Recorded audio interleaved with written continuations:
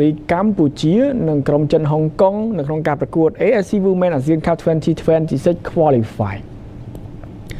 មុនការប្រកួតចាប់ផ្ដើមក៏មានការគោរពភ្លេងជាតិនៃប្រទេសទាំងពីរផងដែរទាំងចិនហុងកុងក៏ដូចជាក្រុមជម្រើសជាតិនារីកម្ពុជា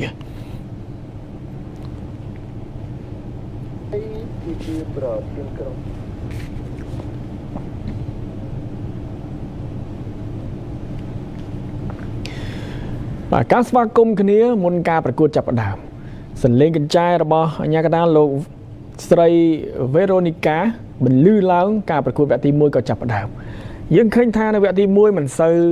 មានឱកាសច្រើនដូចគ្នាប៉ុន្តែមានគ្រាប់បាល់មួយគ្រាប់ពីក្រុមជម្រើសជាតិនារីចិនហុងកុងឱកាសត្រង់នេះរបស់ហុកសាអូឌីបាទទាញហើយក៏បញ្ជូនមកហើយក៏រុញមកខាងនេះបញ្ជូនហើយក៏សុតជើងឆ្វេងពីទីសំណាងបាទកន្លែងនេះបាទជាវ៉ារីយ៉ាវានឹងផ្លាត់ស្នៀតទៅហើយបាទធ្វើឲ្យបាទហុងកុងវានឹងឆាប់យកវិញបានហើយក៏ចាប់ផ្លាត់ស្នៀតសាជាថ្មីបាទប៉ុន្តែបាទអ្នកស្រីញ៉ាកដាក៏ពិន័យពីការប៉ះទង្គិចបាទរវាងឈឿងវៃគីបាទជាមួយនឹងហៀស្រីឡា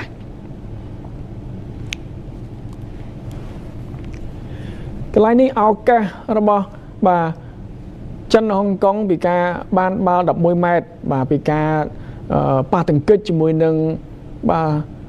វិបុលស្រីសេដ្ឋាលុកទៅក៏បាទប៉ះនឹងបាទកីឡាករនីរបស់ចិនហុងកុងហើយក៏បញ្ចប់ទី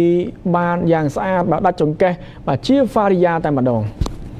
ក្របបាល់កើតឡើងពីការទាត់បញ្ចូលទីបានយ៉ាងល្អបាទ1-0បាទនាំមុខក្រុមជម្រើសជាតិនារីកម្ពុជានៅក្នុងវគ្គទី1អ្នកស្រីអាញាកដាល Veronica ក៏ផ្លុំកញ្ចែបញ្ចប់ការប្រកួតវគ្គទី1ជាបណ្ដោះអាសន្នបាទយើងឃើញថាវគ្គទី2ការផ្លាស់ប្ដូរយុទ្ធសាស្ត្រមួយចំនួនរបស់ក្រុមជម្រើសជាតិនារីកម្ពុជាធ្វើឲ្យការប្រកួតគឺប្លែកមែនទែនការសម្រុកមានច្រើនលើកច្រើនសារដាក់សម្ពាធជាច្រើន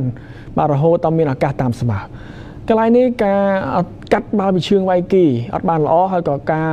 បាទអត់ទាត់ពីចម្ងាយរបស់វិបុលស្រីសេដ្ឋាពីការបញ្ជូនបាល់បានយ៉ាងស្អាតរបស់ស្គឿនវិផាបាទយើងឃើញថាសេរីសេដ្ឋាបាទទះជើងស្ដាំនេះក៏មិនចំគោលដៅទីសំណាងបាទកន្លែងនេះបញ្ជូនមកស្លាប់ស្ដាំឲ្យហុកសាអូឌីបានយ៉ាងស្អាតដល់សាអូឌីក៏ប្រើបច្ចេកទេសផ្លាស់ខ្លួនបាទបញ្ជូនចាស់ឲ្យយន្តយ៉ើនប៉ុន្តែបាល់នេះក៏លឿនជ្រុលទៅហើយ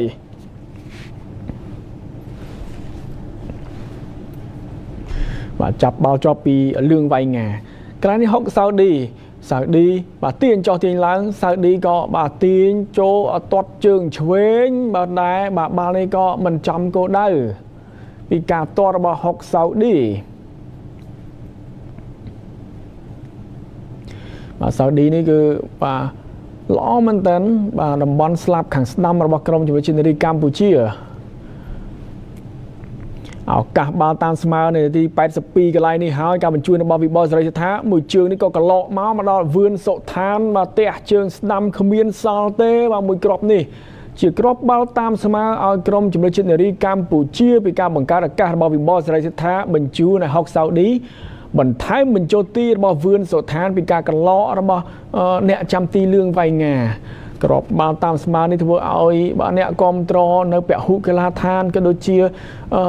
បាទកីឡាករនីបាទទាំងគ្រូបង្គោលបាទគឺសប្បាយរីកបាទស្រែកហូបពេញបាទពហុកីឡដ្ឋានតែម្ដងឱកាសនៅចុងម៉ោងកន្លែងនេះបាទទីសំណាងប្រើបច្ចេកទេសផ្ទាល់ខ្លួនកាត់បាល់ចូលមកខាងក្នុងក៏ថែមពីវឿនសុឋានប៉ុន្តែមិនចំគោលដៅ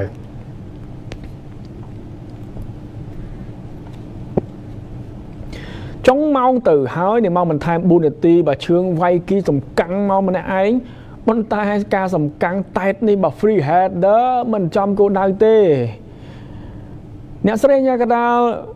Veronica ក៏ផ្លុំបញ្ចាយបញ្ចប់ការប្រកួតទាំងស្រុងតែម្ដងក្រុមទាំងពីរបានត្រឹមចែកគ្នាម្នាក់មួយពិន្ទុនៅក្នុងការប្រកួតបើកឆាកយើង